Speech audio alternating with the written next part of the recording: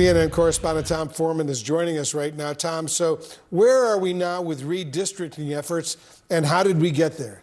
Well, it's a mess, Wolf. Simply put, there were court rulings, and the Republicans have been moving at lightning speed to take advantage of it. Look at the balance of power first. This is where you have to start. I'll try to make this understandable because it is a lot to take in.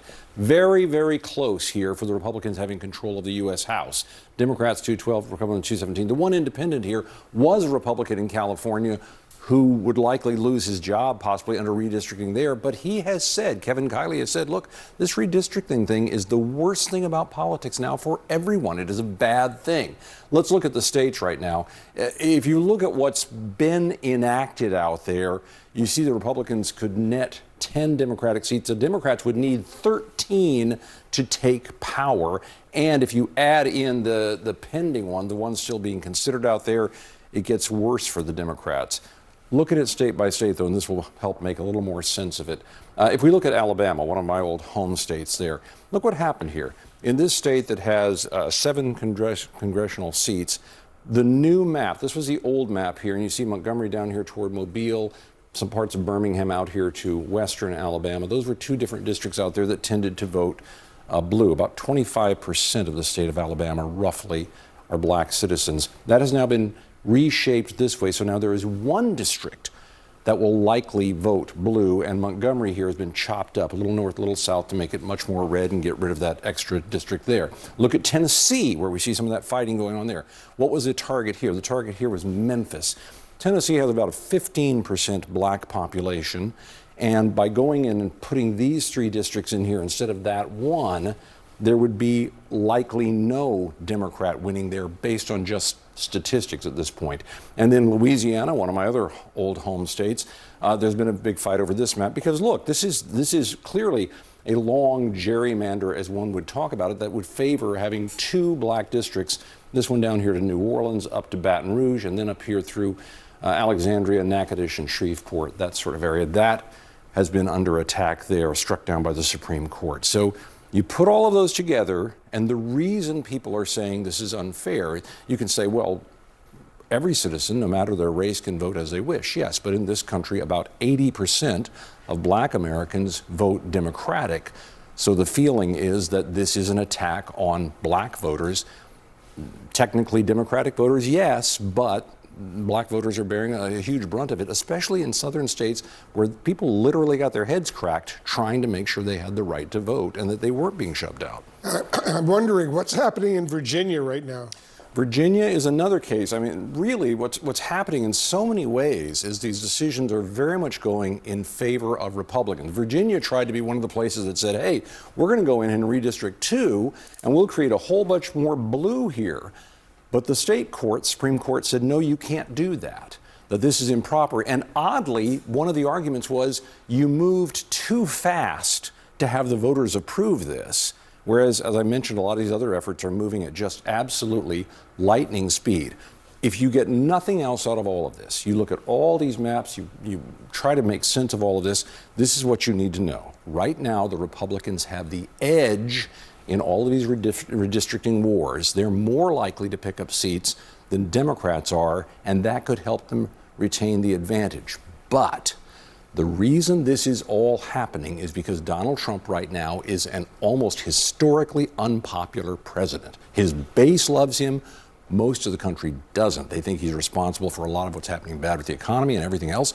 And Republicans are fearful of paying a terrible price in the midterms for that. And for all this redistricting, they still might, because they had to dilute some of their districts to seize some of the Democratic districts. The fight's not over yet. The fight to redraw the maps and sway control of Congress already shaking up the midterm election, with one Democrat announcing his retirement after the elimination of his district.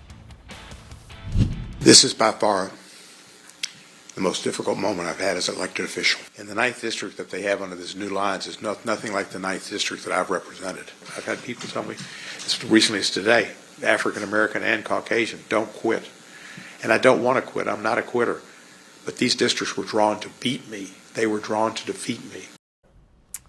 That's Representative Steve Cohen there, referencing the support he has received from African-American voters. It's worth noting that the district he has represented for almost 20 years, Tennessee's 9th, was the state's only black majority district.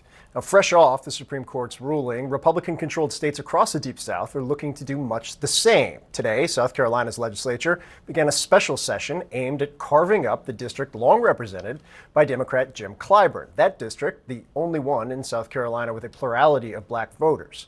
In response to all of this, voting rights groups, including Black Voters Matter, have announced a national day of action with demonstrations set to take place in cities and towns across the country this weekend.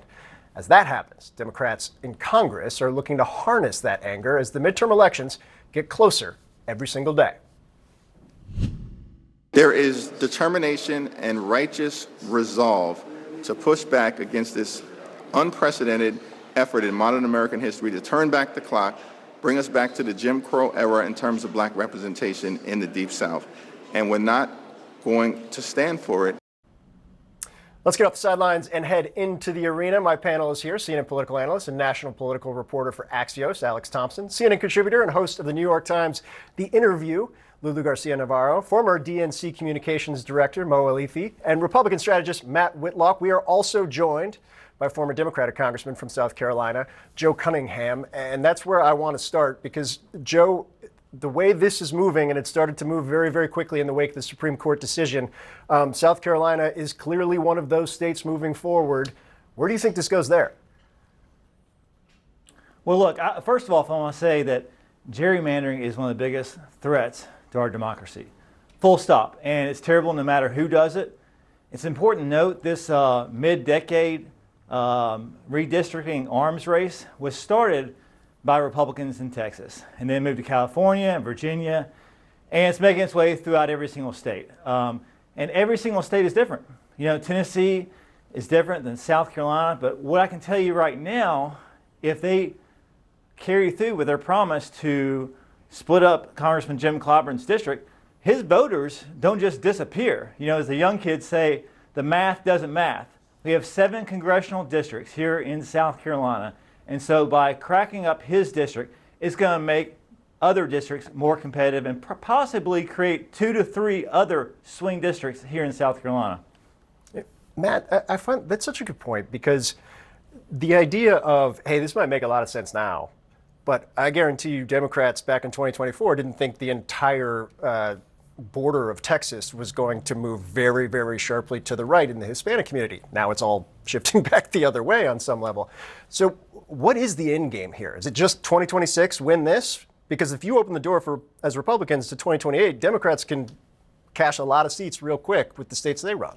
I'm actually really grateful that Congressman Cunningham laid it out the way he did, because he makes a really good argument for exactly what Republicans are doing here, which is potentially make things more fair by creating more competitive districts instead of having districts that are set in place based on racial gerrymandering. That's exactly what the Supreme Court was trying to undo there. And I think one reason we're seeing so much of the sort of racial animus conversation is Democrats see that that's the best way to re-engage their base after some pretty embarrassing setbacks like what we just saw in Virginia, where they blew $80 million on something that they didn't do the legal legwork for in advance. And so to re-engage their base and to make sure the base doesn't hold them accountable for these embarrassing setbacks, they're sort of trying to turn on that engine. And I think there's a good chance it will work because that's a big base motivator, but I don't think it's necessarily based in reality. I mean, there's no way that 2026 is the end game here because you're already having Democrats talk about trying to redistrict Illinois, Colorado, New York. Then you're also going to have Republicans retry to do Indiana possibly. There's already chatter about maybe even some Democrats proposing expanding the House of Representatives and creating more districts in order to also change this up. I think Trump has opened really a Pandora's box, and we are only at the very beginning of this discussion. Several red states across the South, including South Carolina and Alabama, are on the verge of redrawing their maps to get more Republican seats. Will this help or hurt President Trump in this year's midterm elections? Certainly structurally, Wolf. I mean, just putting aside the issues involved in taking apart aspects of the Voting Rights Act in terms of representation for communities that have been underrepresented over time in this country. But in terms of the politics of it, obviously this gives the Republicans a structural advantage just looking at all things equal on the map. What that ultimately translates to, is it a lesser loss of the House to Democrats of a handful of seats as opposed to 10 or 15 or even 20? Or is it that there are some districts where, because President Trump's popularity is quite low, which almost everybody in his party will privately acknowledge, even if they won't publicly, are there some surprises in there where Republicans should win and they don't? And I just don't think we know. Obviously, Republicans are much happier right now than they were, say, a month ago in terms of their prospects, but we will see. Sources tell CNN the House Minority Leader Hakeem Jeffries and his allies have now designed plans for the next 2 years to push Democratic-held states to set aside their nonpartisan redistricting rules and gerrymander even more aggressively. The goal to produce a dozen or more new Democratic-held seats in Congress by November of 2028. It marks a new strategy for the Democratic Party, which has recently faced several setbacks in the nationwide redistricting arms race against the Republicans, from Virginia to Alabama. Joining us now here in the Situation Room is the House Democratic Whip, Catherine Clark of Massachusetts. Whip Clark, thanks so much for joining us. So what are you with Hakeem Jeffries on this? Absolutely. Listen, we know we're in a fight for the American people. And what the American people are telling us is that they are not making it economically. And I think that's reflected in CNN's polling. The terms I'm hearing from small business owners, from the mom who described that her husband who lost his job is now selling plasma so they can afford childcare in this country. And what we are seeing in a effort by the Republicans to further rig the system against them, they are going to cheat and use every tool they can come up with in order to retain power. And we are going to fight back with the same fury and intensity. The gloves are off. There is no pretense here. They are decimating Black political power in order to retain power and keep a system that works against the American people. So we are going to be strategic. We are going to be as aggressive as they are. And we are going to fight for the American people at this moment. Democrats often argue that President Trump started this redistricting battle by urging Texas Republicans to gerrymander, as you know. But what do you say to voters who simply feel two wrongs don't necessarily make a right? Yeah, well, we said to them when they came into Texas and started this partisan redistricting that don't do it. Let's disarm. Let's make sure that we let the voters choose politicians and not the other way around. But they know they are losing. The president's numbers on the economy, he has 70% disapproval. And they are doing nothing to change that through the policies that they are putting in place, whether that's the price of gas or groceries or housing or energy. They are doing nothing. So they decided on this course, and we have to meet them because we cannot let them continue to work against working people in this country by stealing elections. A source is telling CNN that Jeffries' allies are preparing a messaging push against any Democrats who stand in the way of gerrymandering, insisting that only, quote, real Democrats are willing to fight. Will this issue become a litmus test in Democratic primary races? You know, this is so beyond party politics. And I know, as I say, of the leader and a staunch Democrat, this is about the American people. And right now we're seeing attacks on Black communities and their voting power. But this is about the voting rights of everyone. And what we are seeing is an effort from the Supreme Court down to state houses across the South to take away the political power of voters in order to continue to rig this economy against them. So this transcends party. This is about who will rise up in this moment, who is going to stand up for the fundamental right to vote and for an economy that should be working for opportunity for the American people. And at this point in time, that's the Democrats. And while we're speaking, the House Speaker, Mike Johnson, has been meeting with reporters. I want to listen in because he's talking about redistricting, and we'll get your reaction. Their press conference this week ought to be interesting.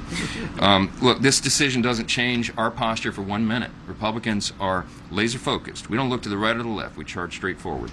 Election day is less than 6 months out, and we're going to continue advancing policies that make America safer and more prosperous while highlighting the stark contrast between our two parties. And you heard it here this morning. This election is about one simple thing. It's a contrast between common sense, represented by the Republican Party, and crazy. And Democrats have given us yet another great example this last week that when they suggested disbanding the entire Supreme Court in Virginia and making the highest age that where you can serve on the bench of the state Supreme Court 54. I mean, it's a joke. Instead of just taking their medicine and acknowledging defeat, they've actually become arsonists. I mean, institutional arsonists. And remember, this is the party that breathlessly tells you that they are for small d democracy. It is the opposite of that. Republicans are for common sense. Democrats are for crazy. And it's as simple as that. And we're going to continue reminding the American people of this every single day. So with that, I'll take a couple questions. All right, yes, Congresswoman, what do you think? What's your reaction? You know, every single election comes down to this. Do you see my family, and are you going to fight for me? And what we have seen from Mike Johnson and House Republicans and this president is not only are they not fighting, they are actively and aggressively hurting them. They've stripped away their health care and jacked up the price. They're closing rural hospitals as a result. They've taken away veterans benefits, food programs, all of it. Now we're seeing gas prices through the roof. All of it to follow along and give money and tax cuts to the billionaire class. That is what Mike Johnson stands for. And he will turn a blind eye to corruption, to overtly racial redistricting in order to retain power. And to retain power for the very wealthiest of Americans. So we are in communities. We are talking to voters. We are fighting for their right to have opportunity, to have a solid floor and no ceiling on their success. And that starts with securing the right to vote so they can make up everything that they want. You can have the President of the United States yesterday say he doesn't think about Americans' financial security. We get the message. He is not looking out for the American people, and they are drowning. They are saying to us, we are not making it in this economy. We are going to fight for them at every turn, and we are going to fight to preserve fair and secure elections. Two major battles over redistricting this morning with the Supreme Court at the center of them both. In Virginia, Democrats are asking the Supreme Court, the U.S. Supreme Court, to reinstate the new map that was blocked by the state Supreme Court. It could give them 4 more seats in the U.S. House. And in Alabama, the Supreme Court cleared the way for the state. The U.S. Supreme Court cleared the way for the state to go back to a map adopted in 2023 that would eliminate a district held by a black Democrat. With us now, CNN senior legal analyst Ellie Holding. And I will start with Virginia, which is really a debacle for national Democrats and Virginia Democrats. They've appealed this case to the U.S. Supreme Court. What cases have we seen in the last 6 months or so that give us an idea of whether or not the U.S. Supreme Court will touch this at all? I think there is close to zero chance the U.S. Supreme Court takes up this case from Virginia, meaning I think they're going to leave the Virginia Supreme Court ruling in effect, which strikes down that 10-to-1 map.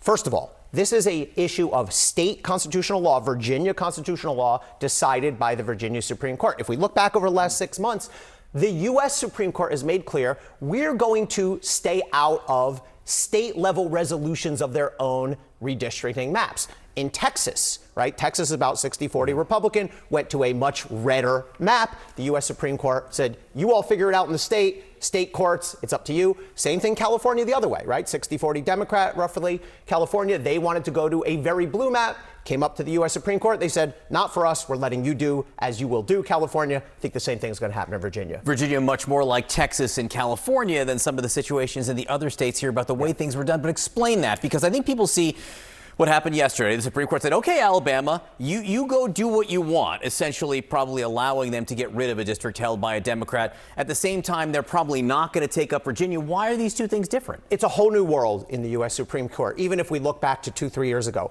As of 2 weeks ago, when the Supreme Court came out with their Louisiana decision, the rule in the Supreme Court is we are no longer in the business of policing gerrymandering. If it's political, if it's heavy Republican, heavy Democrat, that's political, that's up to the states. The only thing the Supreme Court says we will get involved in is if the states are using race as a criteria to draw their lines, whether it's to increase or decrease the power of any group, whether it's these intentional efforts to draw majority black districts, which the Supreme Court, by the way, blessed as recently as 2023. Now the Supreme Court is saying that's no good anymore. Hence, Alabama yesterday sees this decision and says, well, one of our districts, we believe, was drawn with race in mind to create a majority black district, and we want to redo it now. And the Supreme Court yesterday said, go ahead, you can go back and try to redo it. And as you said, that's likely to result in the reduction of one of those majority black districts. And back to Virginia, because I do think it's worth restating. What is it that the Virginia Supreme Court specifically said was done incorrectly? Why did they throw out this map? It wasn't that they said, oh, gerrymandering, redistricting is bad necessarily. Had nothing to do with fairness, had nothing to do with whether a 10-to-1 split was too heavy. It was all about the finding that the Virginia state officials did not follow Virginia's own rules. Important to understand, by the way, again, this can be head spinning. Every state has its own unique rules and procedures, how you do this. They all involve the legislatures. Some involve the governor, some involve commissions, some involve voter referendums like Virginia. The Supreme Court basically said there's a very specific timeline that has to be followed under the Virginia Constitution. And the short version of it is Virginia authorities did not follow their own timeline. They rushed it too much. They didn't allow for each of the phases to happen. And so the Virginia State Supreme Court, 4-3, said you didn't follow your rules. It's not about fairness. It's about just if you're going to do it, you do have a lot of leeway, but you do have to follow your own rules. And it's the type of thing the U.S. Supreme Court hasn't really gotten into in the last few years.